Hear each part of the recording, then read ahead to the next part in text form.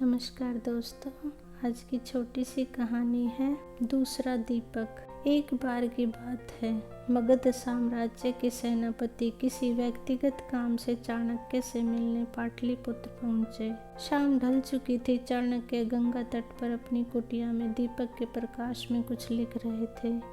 कुछ देर बाद जब सेनापति भीतर दाखिल हुए, उनके प्रवेश करते ही चाणक्य ने सेवक को आवाज लगाई और कहा, आप कृपया इस दीपक को ले जाइए और दूसरा दीपक जलाकर रख दीजिए। सेवक ने आज्ञा का पालन करते हुए ठीक वैसा ही किया। जब चर्चा समाप्त हो गई तब सेनापति ने उत्सुकतावश प्रश्न किया, हे महाराज, मेरी एक बात समझ नहीं आई।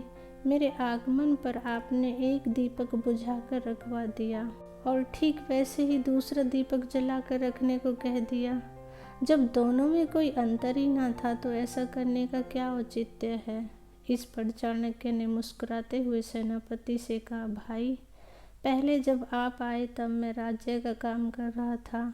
उसमें राजकोष का खरीदा गया तेल था, पर जब मैंने आपसे बात की तो अपना दीपक जलाया, क्योंकि आपके साथ हुई बातचीत व्यक्तिगत थी।